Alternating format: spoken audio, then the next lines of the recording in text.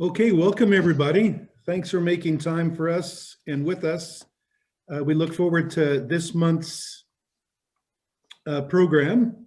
Uh, Today we're going to feature Akwasi Aido that is going to speak a bit to us about his poetry and life and everything. So the theme this month is summer and winter. As we go through this, as they say, it was the best of times, it was the worst of times. And we want to talk about how as we live amidst complexity and many different challenges, how we embrace both summer and winter at the same time, how we embrace paradoxes and the complexity of life, and how do we live with seeming contradictions. And often what we have as polarities are really like it's part of the same. It's inhale and exhale. It's yin and yang. It's feminine and masculine. It's local and global. So it's kind of formal education and non-formal education. So often these are not opposites, rather they're part of a whole. And how we can feel and understand these deeper paradoxes and polarities that we have in our life. And often what we want to do is have a more intelligent, thoughtful, and meaningful approach to life and the challenges that we have. And they're not even necessarily problems to be solved. They're actually paradoxes to be embraced and managed in more thoughtfully and more ethically. So this program and these monthly programs we have are meant to be both exchange. They're meant to be thinking and feeling, cerebral and emotional. So we're going to try to build on those themes as we go through this. And we're going to start off with a piece of music by Summertime, and we'll listen to that for a minute or two, and then we're going to talk about what that means and why we chose that. Barry?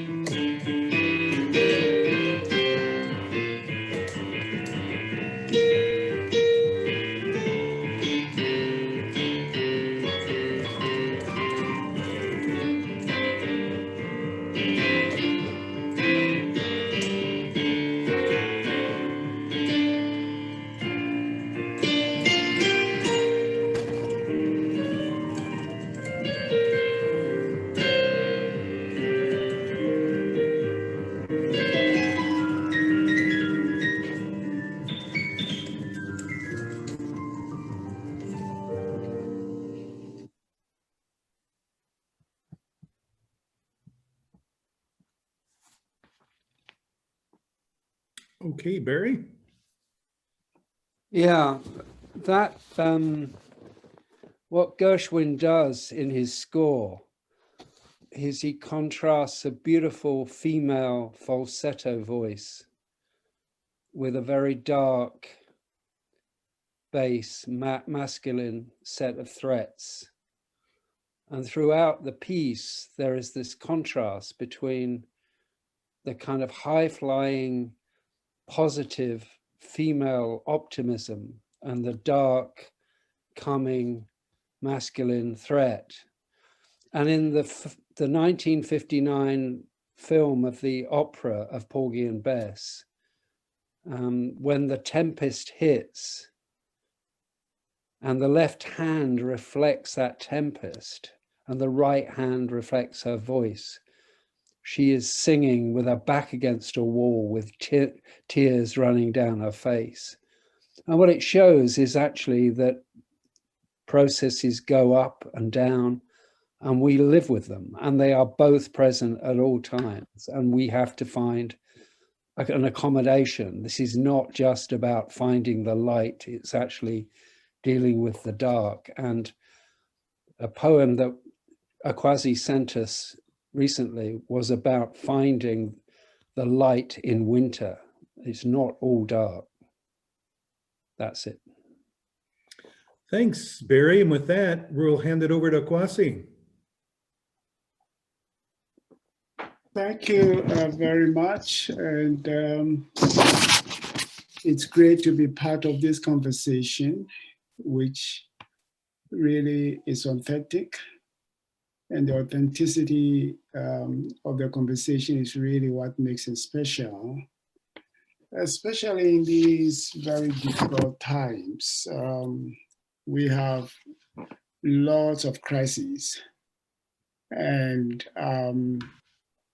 I think life often is blown up into pieces. And pieces we can think of as an acronym that stands for pandemics, for inequality, for extremism, for climate change, for immigration crisis, and for sadness pieces. And the contradictions of life, and life is always and will always be full of contradictions. But we are in times when the contradictions of life have become very antagonistic. And dialectically speaking, when you have contradictions become antagonistic, then what's really required is a paradigm shift. And a paradigm shift always must begin with each of us and among us having conversations and telling the tales in order to hand over to the younger generation. And I'm reminded of a quote I read yesterday. I've read it many times, but I read it again in James Baldwin's book, Sonny's Blues. And I'll read the quote very quickly about the importance of telling what's going on and speaking, talking, having conversations.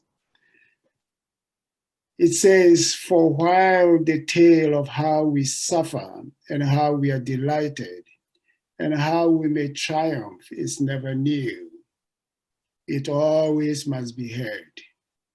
There isn't any other tale to tell. It's the only light we've got in all of this darkness."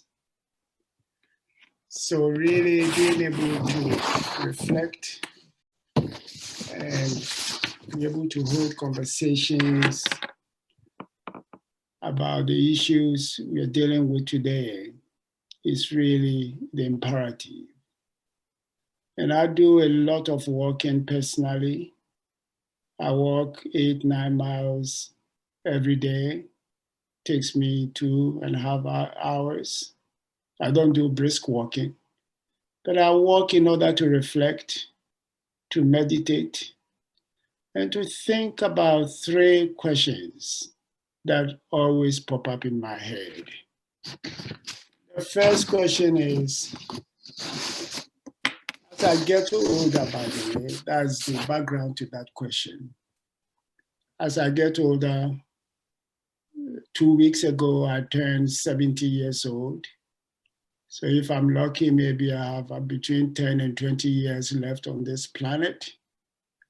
And as I get older, I think a lot about the past.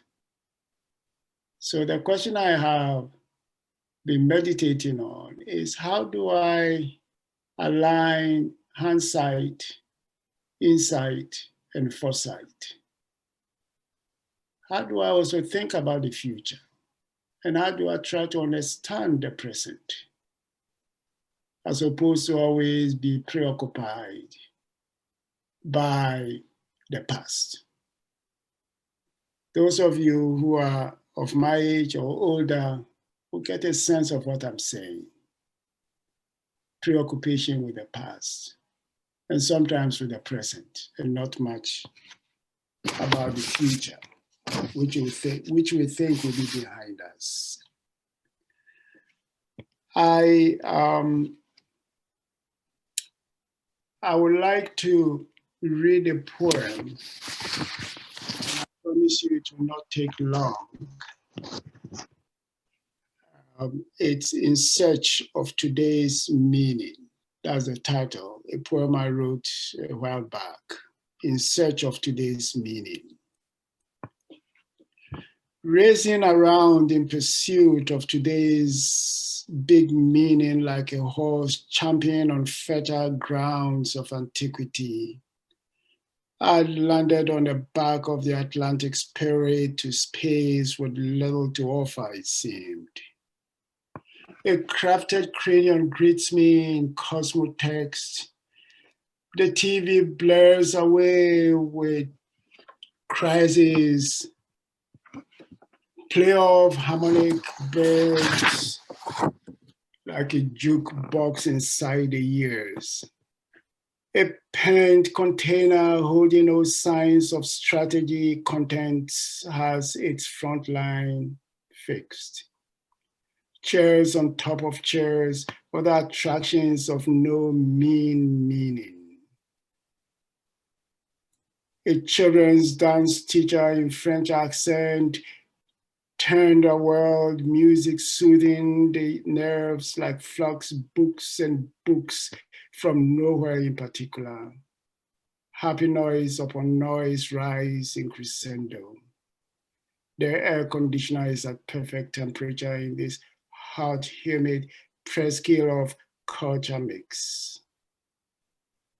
The bubble-garbed bartender offers a cup of espresso with "Welcome to our world." It's a poem I crafted as I was taking a walk. And my main point here is for us to reflect a bit, share ideas, support each other, figure out how we organize. It's a long marathon journey, and it's seasonal. There'll be seasons. It's like the waves of the ocean. High tide, low tide, sometimes tsunamis.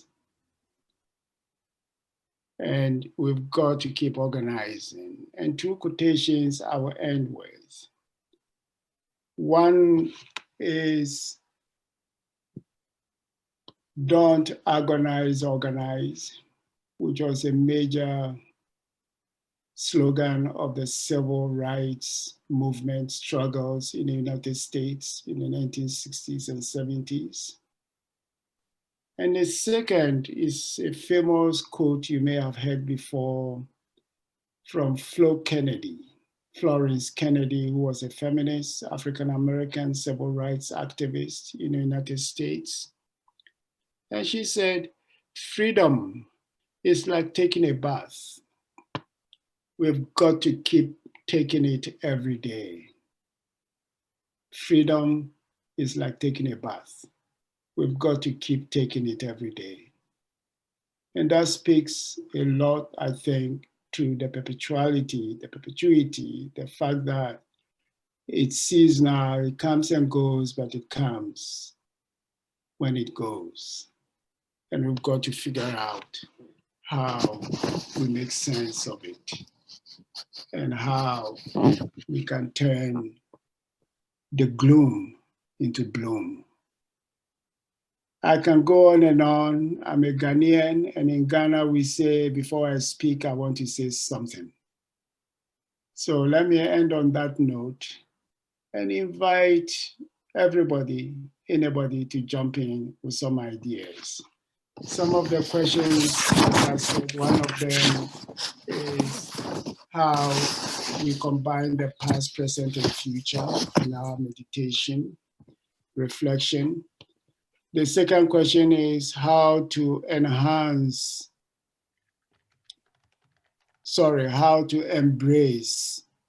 the other person, the other side. And the third is how do we imagine the transformation of philanthropy, love of humanity, the transformation of philanthropy into sustainanthropy. And I leave that to you. Anybody wants to jump in? We have about an hour and a half to go, roughly an hour to go.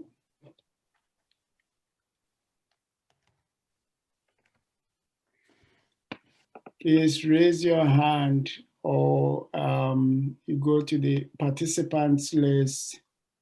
You can raise your hand and I'll be looking out on it and calling, or you can physically raise your hand if it's easier for you. And those who are on the phone, please just unmute and interrupt, and we'll give you a chance to speak.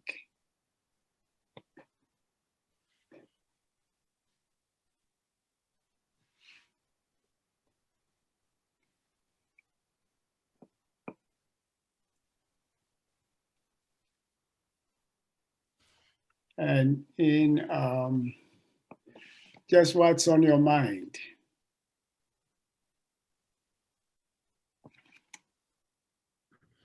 Let me see what you've got, the list. Okay, nobody's hand raised. I will. Yes, Sandrine, please go ahead. Well, I'm actually going to use a provocation that Lucy raised in our last conversation on a book that she had read about Our Past is Your Future. Is that Nick's book, Lucy, that you remember? You're on mute, sorry.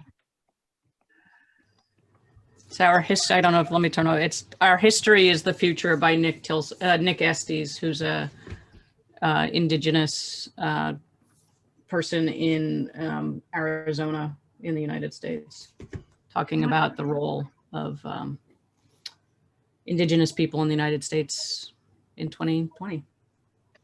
So can you, I mean, is there a piece of that, because I haven't read it, but speaking to Akazi's past, present, and future, I'd be lovely to get your thoughts on how that you think speaks to you.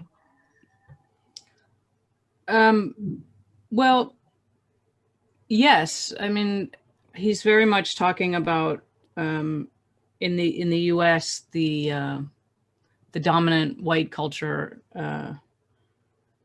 acts today on a daily basis as if Native Americans, indigenous people no longer existed.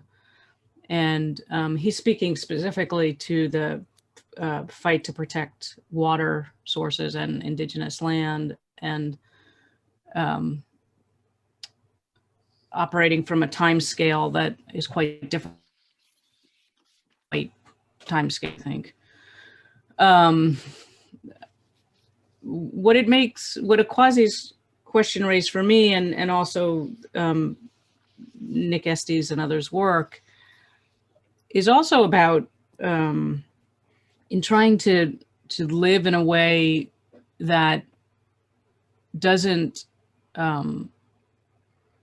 seek so actively to sever those paradoxes and to compartmentalize them and to separate them. And I think that's one of the tensions and opportunities that I think about a lot, especially over the last 10 months for as we've been isolated in if you're lucky, family units, I guess, or whatever your family unit is the distinction we make between individuals and collectives. Because if you see yourself as part of a group at all times, if you're lucky, in my opinion, if you're lucky enough to be part of groups of many types and at all times, and see yourself as very much in those, then all of those many moods and emotions and paradoxes and things that may seem in tension and inseparable are always with you all the time, at the same time, in time, over time. And so for me, it's really a question of living in community and seeing that as being what shapes me, not me shaping it so much. And that's a very hard thing to do in the United States. It's a very individualistic culture, I find. White being white in the United States. But I also feel so much of what we're seeing around us, good, bad, or however you want to make those judgments, is about that struggle to be part of of living life now with and of people, other people. Sometimes that leads to horrible acts, and sometimes it leads to the greatest joy on earth.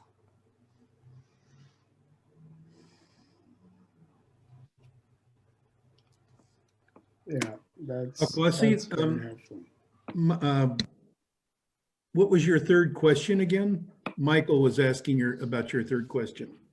Yes, I'll repeat them just so if anybody else. The first is really kind of aligning hindsight, insight, and foresight, past, present, and future, so to speak. The second is how to embrace the other side. And the third is a question specifically about the love of humanity, which is philanthropy. And it's how do we transform the practice of philanthropy into sustainanthropy. Sustainanthropy is a joke with words. So it's a word I just created. It doesn't exist in the Oxford Dictionary. But the whole idea of sustainanthropy is a borrowing from the Hungarian Jewish philosopher, theologian, Friedrich von Hegel, who once said, wrote to his cousin and said in a letter, the golden rule is to help those you love to escape from you. The golden rule is to help those you love to escape from you. So love of humanity means how do we not just embrace the other side, but what legacy can we leave? What can we do that would spike independence, freedom, lack of dependency on us by others? And in the United States, definitely it's a big issue when it comes to inequality, gender, race, sexual, age, and so on. So the third question is not really very pertinent because we're not talking about philanthropy, but it's about as we embrace the other side and as we examine the meaning of life, of our life on earth. How do we help others to be on their own?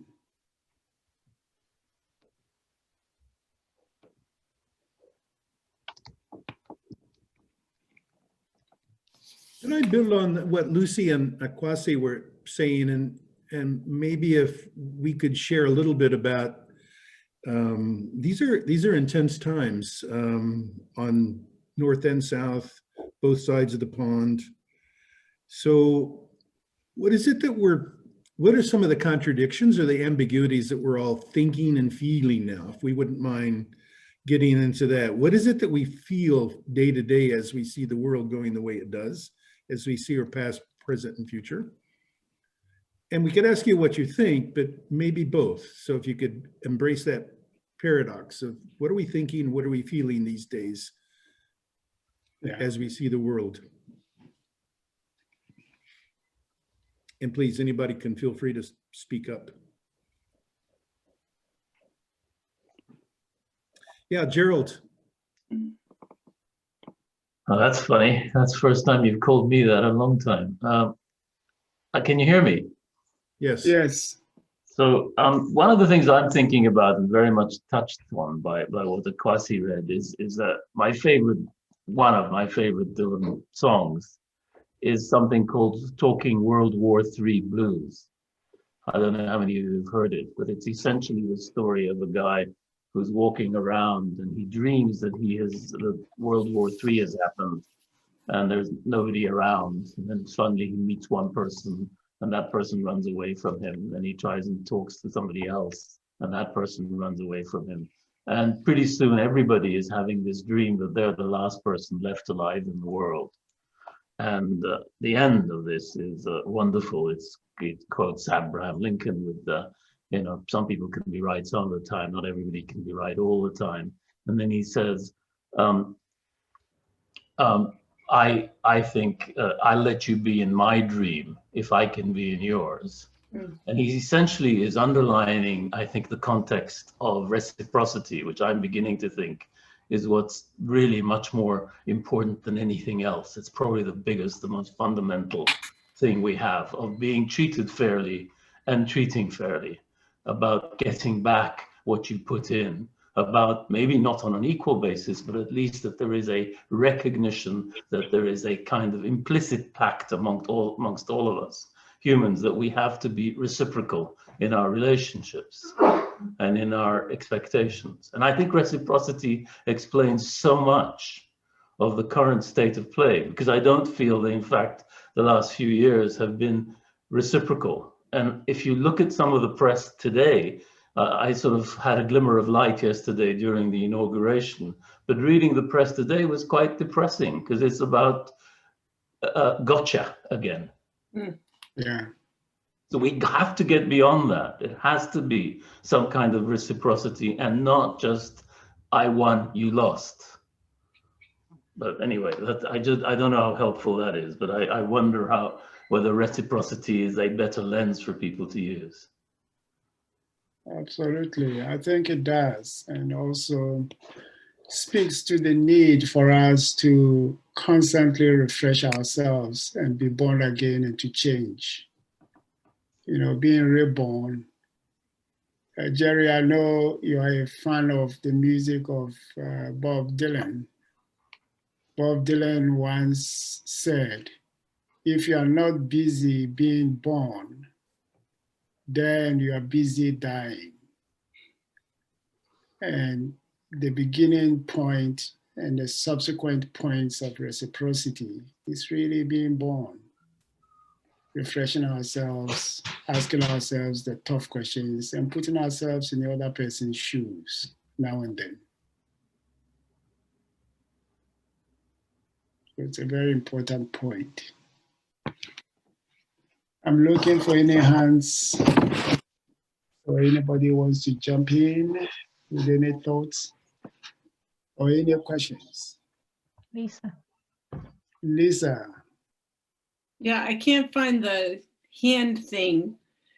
on Zoom. So Oh, yeah. It's like a okay. If I just show you quickly, everyone, if you go down at the bottom, you see chat. Next to it, you see participants. And if you hit on participants, you see a list of all of us. And below the list, you see raise hand, yes, no, and so on. But anyway, please go ahead, Lisa. Thanks, Kwasi. Yeah, this is beyond my capacity. I'm not a digital native in that sense. There's just, I have some thoughts that I would like to throw out for the group to think about. For me, the question, one of the questions that we started with today is, what is the paradigm shift? And it is absolutely clear we are going through a paradigm shift in the way in which we organize our social contracts and where power is going to be held. And that pertains right from the local community and the relationships within the local community to the global power dynamic between world powers. So if you look at this pandemic and you ask anybody from Asia who won, they will tell you China comes out looking better than any other country. And it raises a question for me about the collective, which was raised, versus the individual, because there are societies in the world that are more collectively oriented, and social contracts work in a certain kind of way in those societies.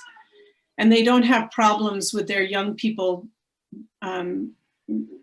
feeling like they're in social deserts, which is a real phenomena that is now being looked at by sociologists at Tufts University and elsewhere, where they've actually started to coin a concept of social deserts and how that raises radicalization. And you can see a lot of that happening amongst especially young white men in the United States, but also here in Holland, which is where I'm located. So I do think that there is something around the individual versus the collective that we need to reflect upon, and I don't know what that is.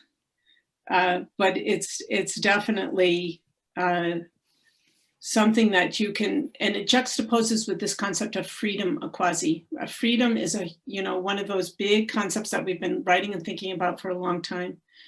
Reciprocity, which Jerry puts on the table, is also a big concept, and I understand the issue around reciprocity. But the feeling for me is that we've just seen a revolution, or the process of a revolution happening, and it's not the revolution that I signed up for. It's not the one that I wanted to see. It has a lot to do with people feeling like they're not free, and I would wonder if they're too free, instead of not free, but too free, in fact. And it really does create a schism between the collective and the individual. And I'm interested in figuring out how we build a new center. I've been interested to try and figure this out, how we get to each other and build a new political center, build a new relationship of reciprocity, or build a new way of, a new contract with each other, a new way of being with each other, that allows people to be free, but also be responsible at the same time. And I feel like that's a big challenge. It's not just a challenge in the US. It's not just a challenge it is a global challenge.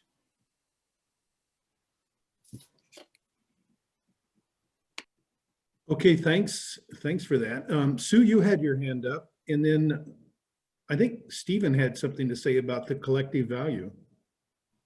So Sue? Thanks, Tom. And hi, everyone. I'm sorry I came in late. I had pressed the wrong button. It seems as if my Zoom skills disappeared over Christmas. So I missed the start, which always puts one on slightly shaky ground. I wanted to bring something, and it feels like it kind of connects to where our conversation's going, but it's also just a little bit of something I experienced yesterday. I've been slowly getting back into work and doing online conversations and processes with people. And what I've been really struck by is how absolutely everyone, I live in South Africa and work with groups around the region. Everyone is so affected by COVID this year in a way that we weren't last year. And yesterday I was working with a group of faith leaders from around the region. And what's interesting is they work at different levels. So there were kind of bishops and intellectuals and people who work in offices for big geographic spans. And then there were local pastors who work with individual communities. And this wasn't only, I mean, this is not confined to yesterday. I think many of us will recognize this experience that I'm about to tell you.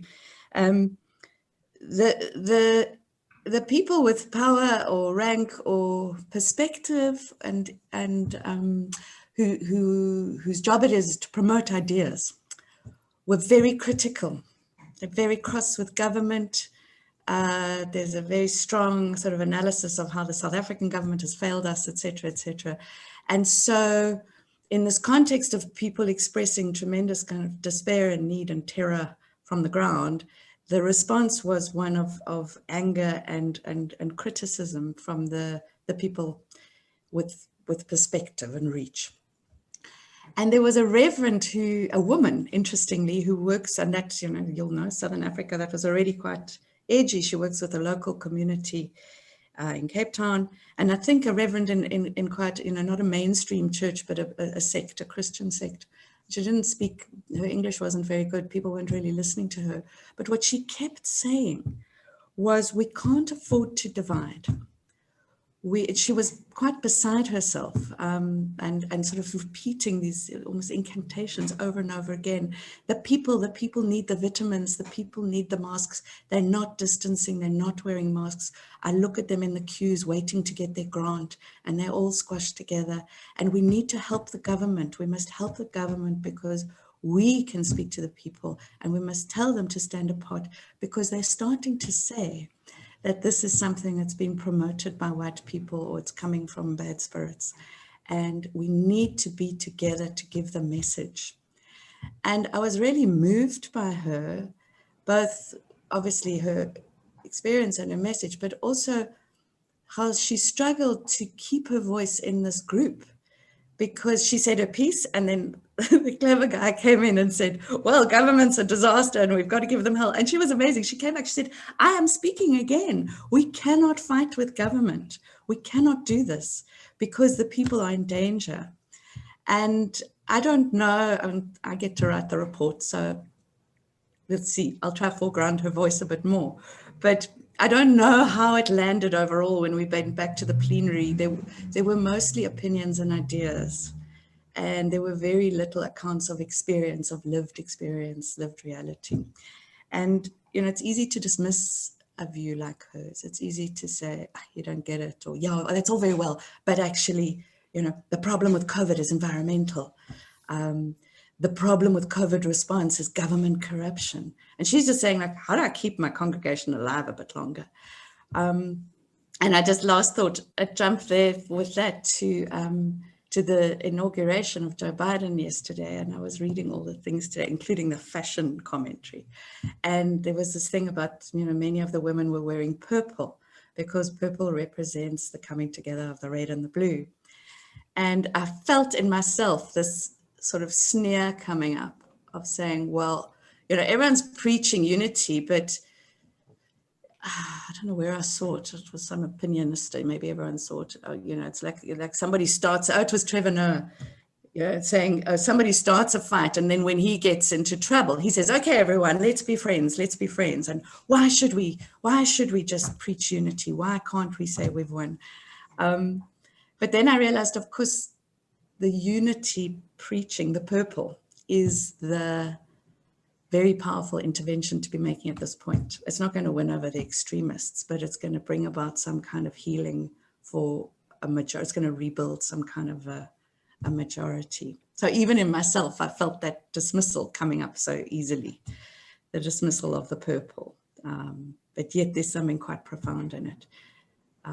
If we think of it as going beyond a kind of do-gooding tactic. Thank you.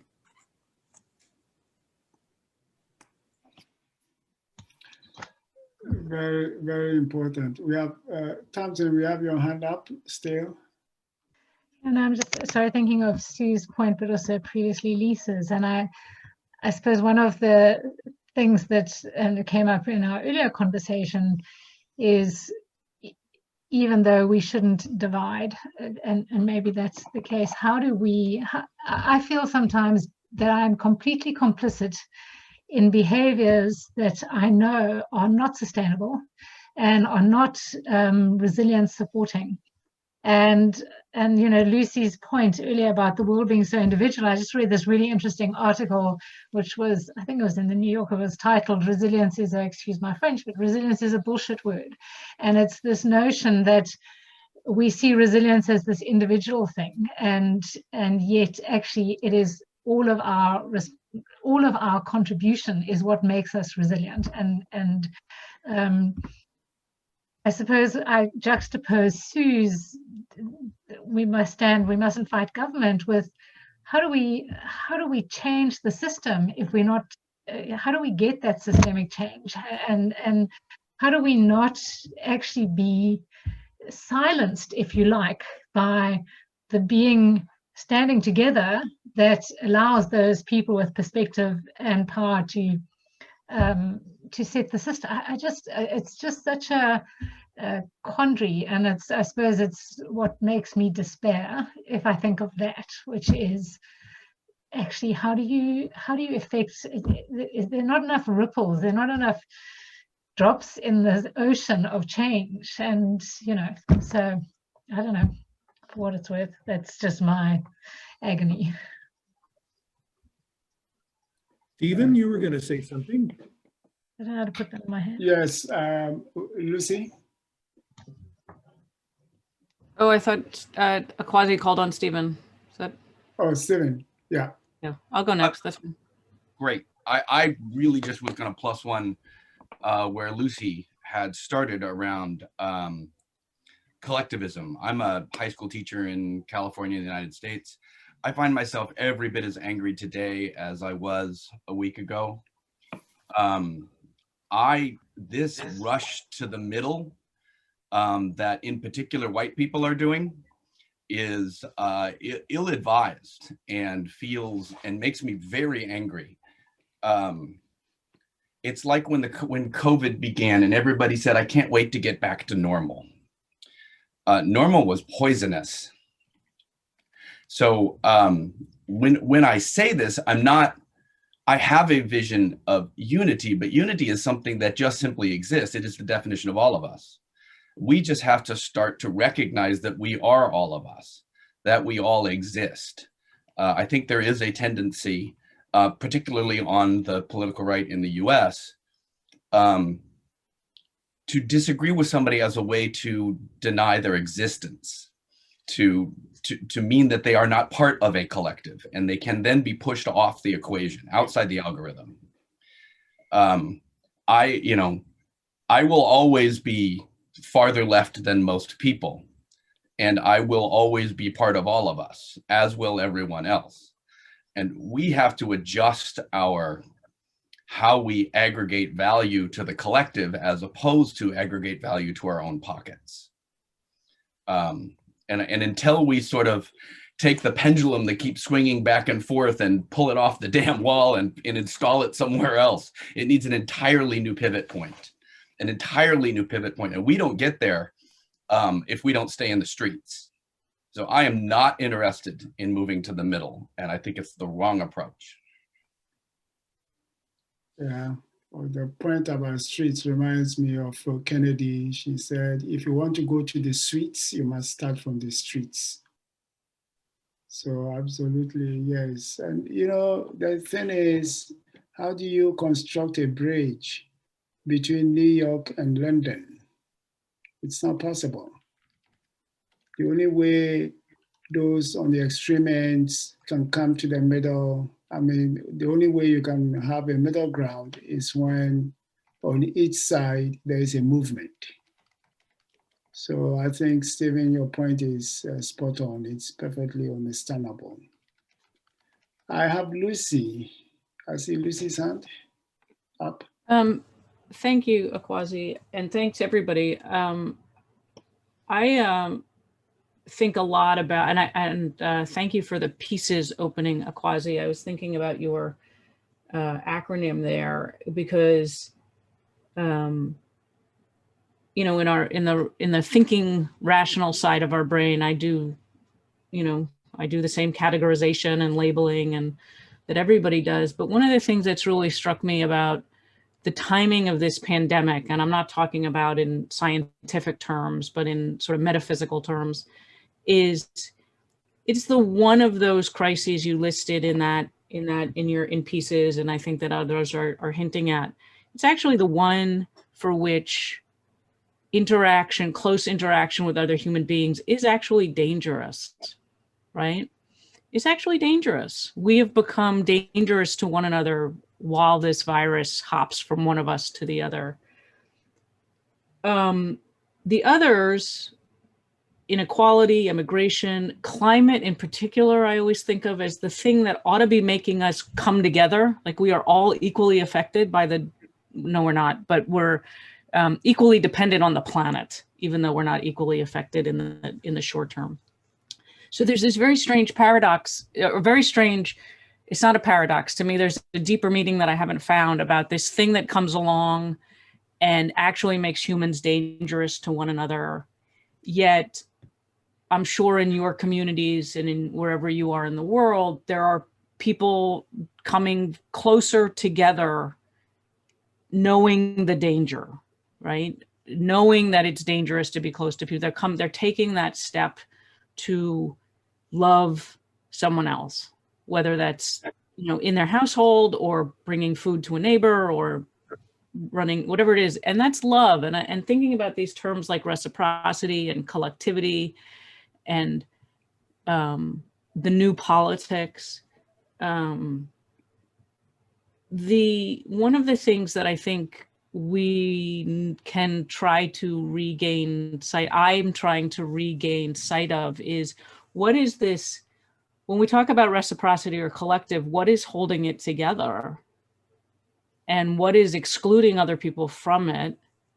And in all of our rational academic, and I teach at a university, that side of we don't have even words for what makes that happen, because I think it's love. What keeps what it is, it's not money. It's, I don't know how you value it. And so one of the places where I do find hope, and it speaks deeply, I think, to what Stephen touched on the dehumanizing nature of so much of what's happening in the US right now, the deliberate dehumanization by white supremacists of Black people and others. If you focus on love, it's that humanity and that love that would allow us to find a different politics, I think. And there are, Black feminist thinkers who put this out there and have been for centuries. But it really is a very deep, deep shift we need. It's a whole different imaginary than a place where we value anything that you could put in your pocket. And I just think for myself, I've been trying to find the reason, but find the get out of bed energy of a virus that makes my neighbors dangerous to me, but I'm not going to cut off my neighbors. I'm going to find a way to be with them, to help them, and to get from them what I get from them by helping them and them helping me. And because the rest of the crises in Akwazi's pieces acronym, I need to be part of a collective. So I can't allow a virus to keep me from another human. And that's, I don't know, there's no point to that. That's just sort of how I'm thinking all these things fit together. Thank you. It's very, very helpful. We'll come to you, Michael, in a second. But as Lucy, you were talking, I created another acronym. which I'll share with you, that it requires trick. And trick means time. It takes time. It requires risk taking. It requires initiative. It requires courage, and it requires knowledge. You must have enough knowledge, information before you step out there. I don't want to go on and on. I have a lot more to say about that. But Michael, please. Thank you so much. And I'm honored to be invited to participate today. Since I'm new to the group, let me just say, I'm Michael Lerner. I founded a center called Commonweal in Bolinas, California 44 years ago. And we do a lot of work with people with cancer. Two of our participants in our week-long retreats for cancer patients left foundations in my care. With one of them, the Jennifer Altman Foundation, 20 years ago, I started the Health and Environmental Funders Network. This speaks to the issue of changing philanthropy. And the reason I did that was that up until then, there was grant makers in health focused on health and environmental grant makers focused on the environment, but there weren't funders focused on the intersection of environment and health, which is a critical intersection. So over 20 years, the Health and Environmental Funders Network became a very significant force in philanthropy, moving now about $200 million a year to environmental health and justice globally. So a few years ago, it came to me and to many of us, Joan Diamond among them, that the global problematique, or the poly crisis, or whatever you want to call it, called for a new approach to philanthropy. And the elevator speech is, there are tens of thousands of foundations supporting hundreds of thousands of NGOs working on every silo issue under the sun, but there are very few foundations and very few NGOs working on the global problematique, the global challenge, the poly crisis as a whole. And given that the poly crisis is what is actually happening, it's what Joe Biden, he actually talked about it in his inaugural speech. He spoke about cascading crises, and he named 4 or 5 of them. But in fact, depending on how you count, there are 2 or 3 dozen environmental, social, technological, financial crises going on at the same time. They are interacting, as we know from systems thinking, unpredictably, completely unpredictably, and the future shocks keep getting stronger and more frequent. So that's the reality that we're living in. And as people know, as the ecologists know, evolutionary ecologists, we are at a bottleneck in evolution, and only a portion of biodiversity will make it through this bottleneck. And what proportion, and whether humanity will be part of that, and what kind of humanity will make it through, is the reality that we're dealing with right now. This is the actual reality. And the point is, government is almost incapable of dealing with an issue like that. You know, when you go to government, you have 15 minutes at best with a high-level government official to come in and say, here's the problem and here's the solution I recommend. But in fact, with the poly crisis, you don't have a solution like that to recommend. So what is the answer? You know, and I won't say there's an easy answer, but the fact of the matter remains that resilience at every level is the answer to the poly crisis, in as much as there's any answer at all. That building resilience in different ways, in different communities, and different organizations, and different regions is going to be what will actually take place. So we have created over the last 3 years, Joan Diamond, David Bombright, Stanley Wu, I and others here, Tamsin is joining us, something called the Omega Resilience Funders Network, which is in its early years. But the point is, we are a group of people who refuse to ignore the fact that the poly crisis is before us. And we aren't going to tell people what to do about it or what to think about it, but simply to say, no matter what silo you're working in, no matter what your political perspective, if you don't take the poly crisis into account in your strategies and your thinking and whatever else you're doing, you're really missing a critical part of what we're facing as humanity. So I'll stop there, but just to say, well, the final thing I'll say is, will this work? I have no idea whether this will work or not. But what I know is that we did it once before. We created the Health and Environmental Funders Network, and it worked to create a global system of environmental health and justice philanthropy that is doing a lot of funding in the global South. So the question is whether lightning will strike twice, and whether we can indeed create a community of funders who are supporting awareness of the critical importance of resilience, particularly at the grassroots, because there won't be anybody coming to help in a lot of the poly crises. You know, government is not effective. So building resilience from the grassroots up seems to me to be the best that we can hope for. So thank you for letting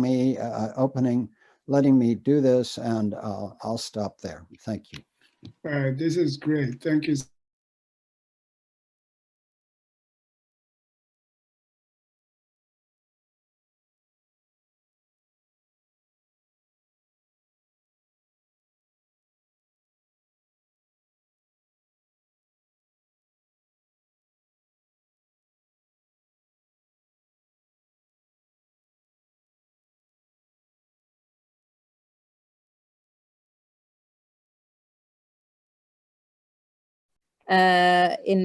Sue, you will remember Tony Karan giving this analogy, that kind of like the left and the right and this kind of scrumming machine, and how we push forward in the struggle in this kind of a dance of a kind of a way. And I was just thinking that apropos the kind of previous discussion here about unity and whether that's a kind of a compromise, it seems to me that that analogy of a scrumming machine belongs to a world that is seen in much too simplistic a way than is appropriate now, given the kind of the complexity and what we're talking about the kind of polycrises, that we can't see this as a battle of sides. And there's something that is much more emergent out of the way we organize, or the way that we answer that question too, of yours, Akwazi, of how we embrace the other in the process of, you know, building more resilient systems. As an ecologist, for me, my thesis was on disturbance and recovery in ecosystems, and resilience in that way is really an emergent property of ecosystem organization. It's not an individual quality that brings. And I think that, you know, the answer somewhere lies in organizing. It's reference to grassroots, but also finding the means to embrace the other over something that is shared. Because I don't think that, I mean, I'm one of the most antagonistic people, so related to Sue's response to kind of, you know, like fighting the right and that kind of thing. But somewhere, something more transformative is, I think, the path. Thank you. Thank you very much. David Bromby posted on the chat an interesting, important question. What will love do? Any thoughts on it? By the way, embracing the other, little short story. I spent several months in 2014 in San Francisco, and I ended up bonding with a homeless man. And in our long conversation one day, he said to me, you know, you belong. And for us on the streets, to belong means we must belong together. it takes time. David, can you hear me? Do you want to repeat your question for us to deliberate a bit upon? Sure. A bit shy. I like to let my voice happen in the words somehow. It's lovely to be with all of you. I feel really quite emotional hearing the wisdom and love that's flowing through this conversation. So thank you all.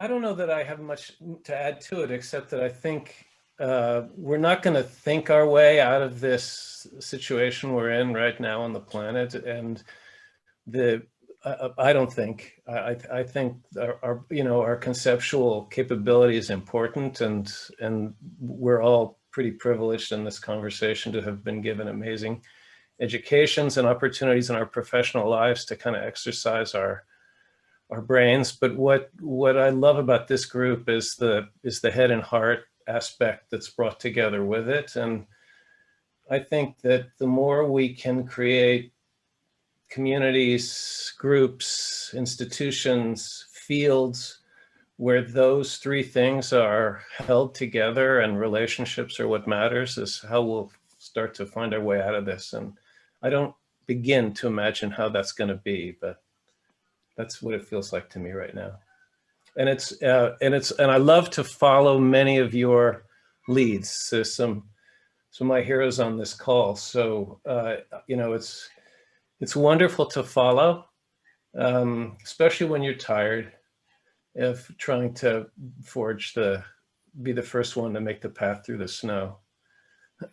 After this year, I'm feeling a bit tired, honestly. I think you've raised an important issue that we need to reflect upon.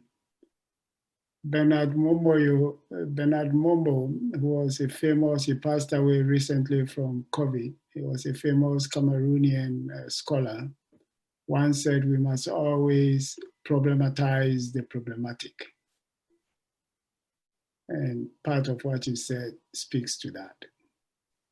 So we've got to keep on keeping on. I don't see any hands here right now. And I try not to call on people, but I'm tempted to do so.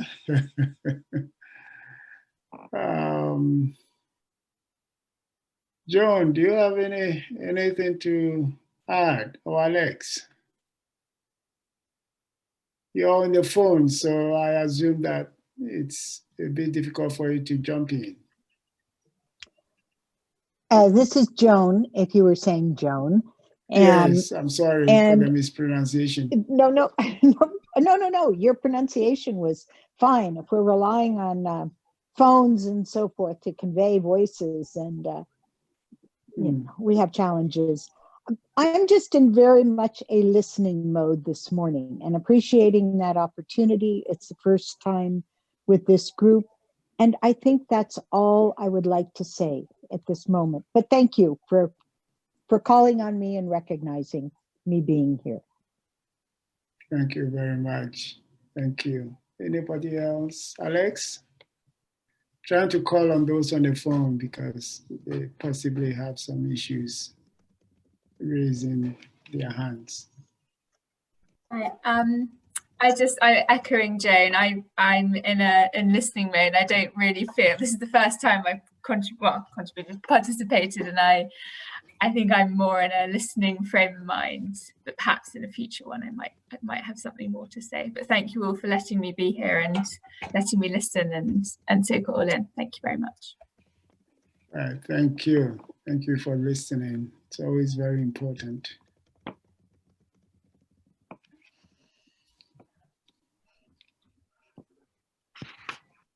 Jody, I have your hand upstairs. Oh yeah, Lisa. Yeah, so I want to come back to this issue of love versus anger, because in the public domain right now, what we see more than love is anger. We saw it on January 6th. We know that Trump in the United States was very effective at reminding people of what they should be angry about, and organized through that, that sense of anger, if you will. And in the Netherlands, the farmers are the very angry, and there are two strong right-wing parties that are vying with each other for votes and will do quite well. The government just fell here over a horrendous issue. And when I'm thinking about how to rebuild a social contract, how to rebuild a new center, how to pivot, as another speaker articulated earlier, like having to pivot and really build something totally new, not getting back to a center that we had before, but building a new one, and trying to understand and process and feel empathy for the white angry male mob, or the gun toter, or the farmer who, you know, doesn't want to change his practices to protect the earth, or whatever it happens to be. And, you know, of course, I'm furious or become furious, so you have to deal with your own anger in that way. But I really don't know how to be an effective agent of change that needs to love or reach out to that kind of angry person, or that angry mob, or my angry neighbor. So I'm looking at how effective it seems to be right now in the world, whether it's in Turkey, or if it's in Hungary, or if it's here, or if it's in the United States, to remind people of what they think they lost, or to organize people around anger. And we are not effective at organizing people around love.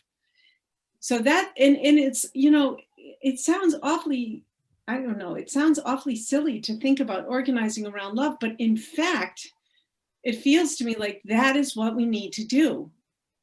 And I don't know how to do that. I want to be an effective agent of change, but I don't know how to do that. Yeah, it's I'm with you 100%. I don't know either. And not knowing what to do. You know, James Baldwin, again, in his book, The Amen Corner, I don't know if any of you have read it. It's a famous novel. It's a woman who, long story short, there's this quote: "I've been up all night praying and I couldn't say amen." I've been up all night praying and I couldn't say amen. In The Amen Corner, the novel by James Baldwin. So I share that. You know, I'm often so confused, I'm unable to sum up what I think or the solution. We have, I think, did I see your hand up, Sue? Or yeah, please. Thank you. I'm sorry I'm coming in again, but I'm feeling I started writing a long thing in the chat box and I thought I should rather say it. David's expression, it's almost, well, you expressed this sense of depletion, but it's always felt for me like you almost brought it in here, the depletion, the tiredness, the bleakness, and I feel it too, and I feel it in the people I work with, and it makes me dread the year ahead. I just think, oh God, what's it going to bring? You know, what is it going to bring about within us and between us, and then what will it call forth? Because there's this huge, like there's all this feeling in the room, and it's the feeling of, I've got withdrawal, displacement activity, irritability. I know for me, when I'm depleted, I become irritable. And then I thought about Stephen's anger, which, despite the Reverend just trying to hold things together, I share a lot of that anger. And so I just thought I wanted to bring in that distinction between our emotional depletion, including our irritability and anger, and the anger that I think Stephen's speaking to, and Lucy was also starting to speak to. But you know, that what's it, righteous indignation, the you know, that fury of the reasons things are like this, and they're very particular reasons. And It's going to take a lot of critical thinking to get us out of it. And then how do we do that in a way that maybe organizes around love or organizes for love? But that doesn't exclude organizing around what has enraged us, what enrages us. But it means we got to also be nice to each other, even when we're irritating each other, because that anger is different from the righteous anger. So it's such a huge ask, isn't it? When we're all just tired and sad, and everybody, you know, individually, we've all learned how to manage our bad feelings, strong feelings, at least when we're in public. But now all of us are carrying all of that. So what kind of social collective world does that make? Yeah. I think you know, again, quote I'll give as we were speaking, both of you were speaking, came to mind. And I don't like giving that quote, but I'll give it.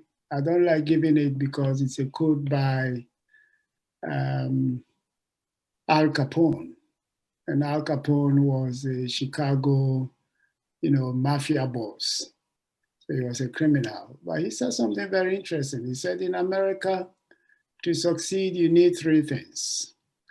You need a gun, you need a smile, and you need a plan. And if ever you must give up one, you should throw the gun away, give up the gun. So he emphasized plan and smile. And then he said, the quote continues, so if ever you have to give up one, give up the gun. If you have to give up two and keep only one, give up the plan. And never give up the smile.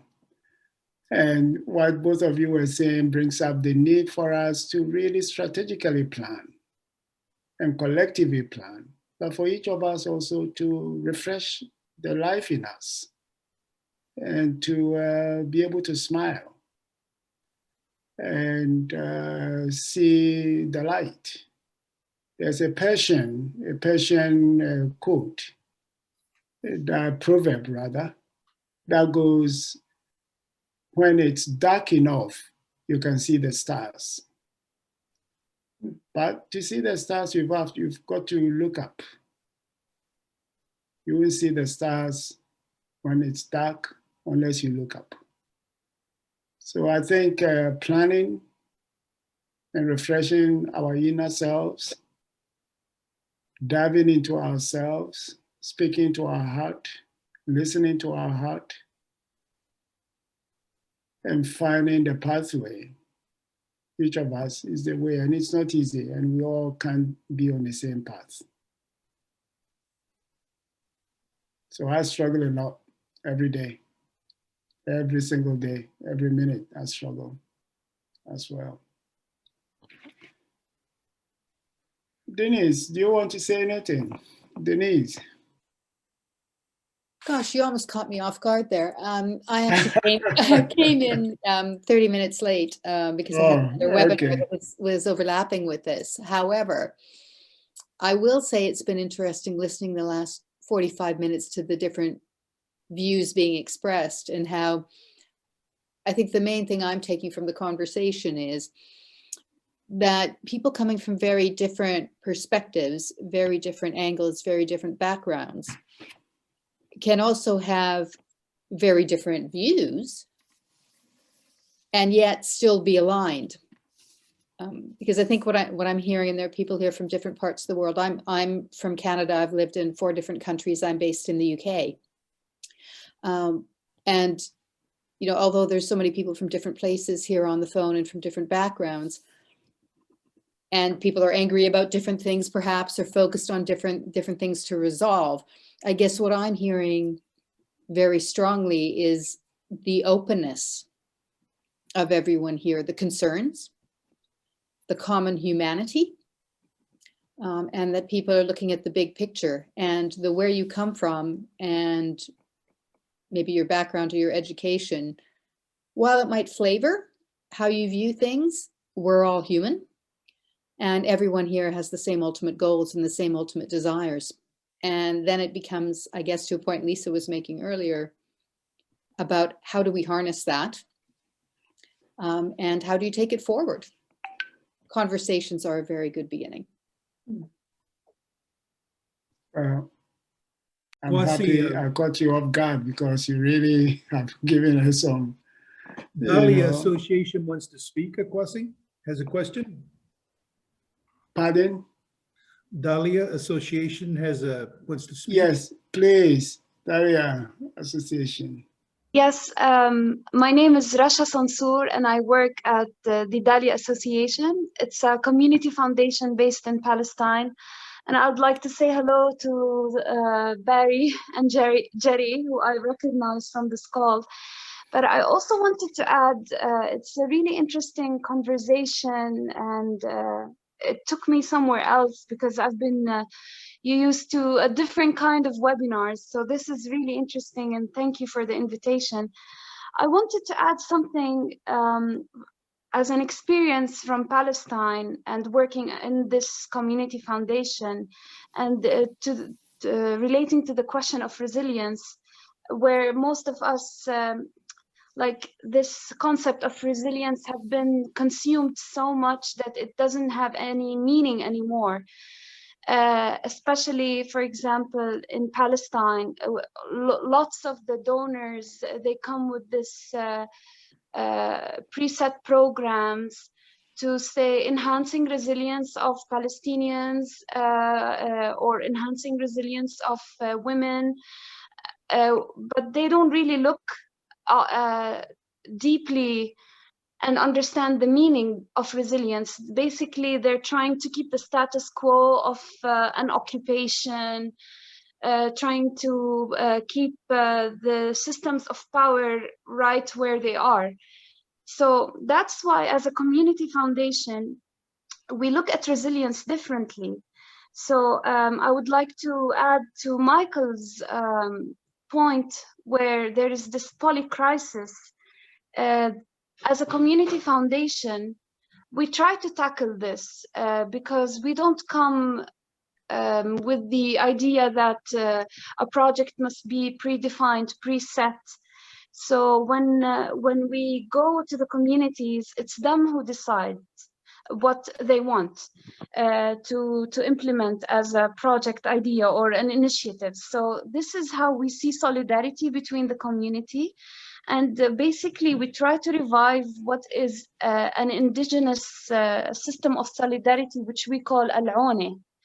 So I feel like this resilience, we take the meaning and give it a true impact, because it is something that is indigenous and it ties people to the land. So whenever they come up with an idea and solve problems in their communities, they come with this intention of understanding their environment, trying to connect with the land. And we really notice this this approach, like it was, how do I say, during the Corona crisis, a lot of people understood the need to go back to the land, especially that in the Palestinian context, even during the Corona crisis, the Israeli occupation used this against the Palestinians, and they started grabbing more land because people weren't able to demonstrate, people weren't able to gather and create, resistance. So this resilience that I'm trying to tell you is more, it has a different meaning because it comes from something indigenous and not from this post-colonial concept of support, supporting projects or development, this post-colonial concept of development. So I hope that's like something to think about. And I understand the frustration that it's very difficult. The Corona crisis for us as Palestinians basically enhanced the problems that we have, but it showed us that we can still be resilient, and we can pull through. Thank you. Yes, Rasha, that's very important. Thank you so much. And congratulations on the great work Dalia is doing. Really salute you. We have something like 7 minutes to go. And so if we can take maybe 2 more contributions, questions, points, and then I'll hand over to Tom to do the closing.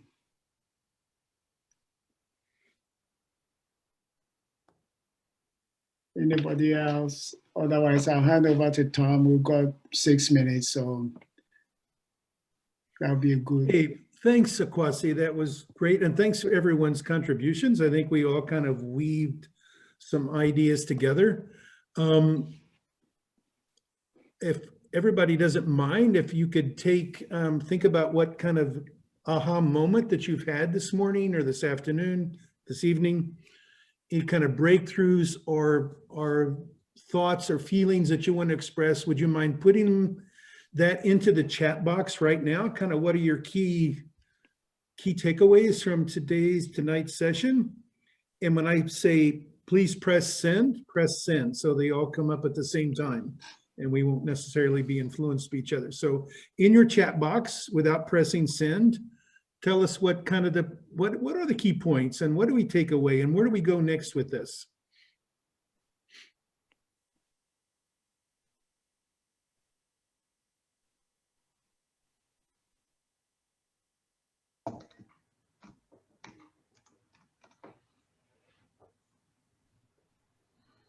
And raise your hand if you finished.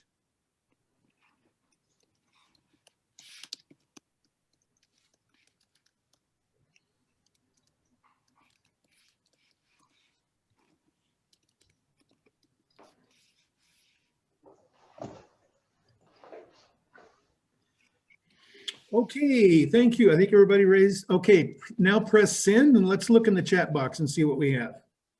Oh goodness, way to go, people.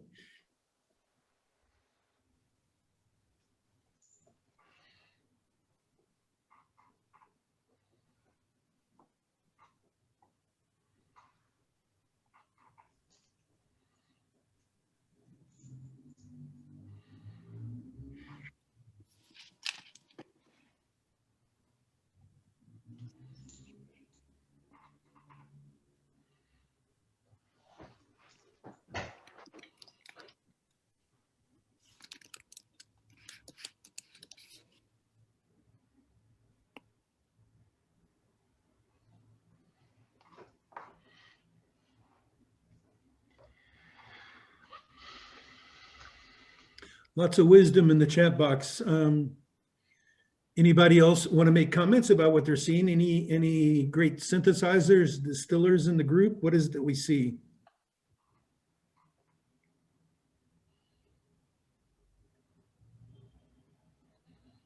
Michael, are you talking? You want to say something? Okay. Nope, I'm good. I just found this extraordinary. I'm very grateful to everyone. Okay, thanks. Any other closing comments? Just unmute yourself and speak. Tom, I wanted to say one thing about something that I had thought about earlier. It may be not appropriate now, but anyway, I'll share it. But two of the things that I have been struck by is the way in which, for example, Mozambican women during the Civil War were able to forgive children that had burnt and killed their own parents and their own villagers. So when people say to me, I can't forgive, I think that actually we have examples, incredible examples. So instead of looking at, say, the Truth and Reconciliation Committee, I would look very much at how Mozambican women were able to find it in themselves to invent mechanisms for the forgiveness of children that had created atrocities in their own villages and were allowed to welcome them back. And I think if you can forgive that, if you can find a way to forgive that, if you can invent a mechanism to do that, there must be a way to forgive. So I thought I'd just share that.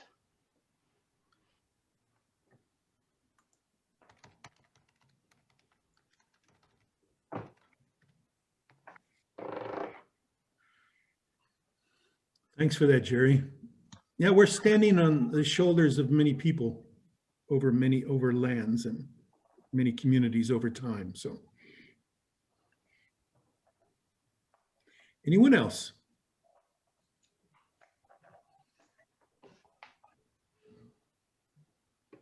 I would probably just like to thank Akwazi, Lucy, and Lisa in particular for both this conversation, but also the preceding one that came into this.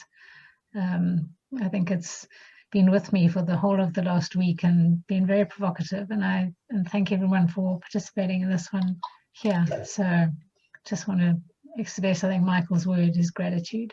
Thank you.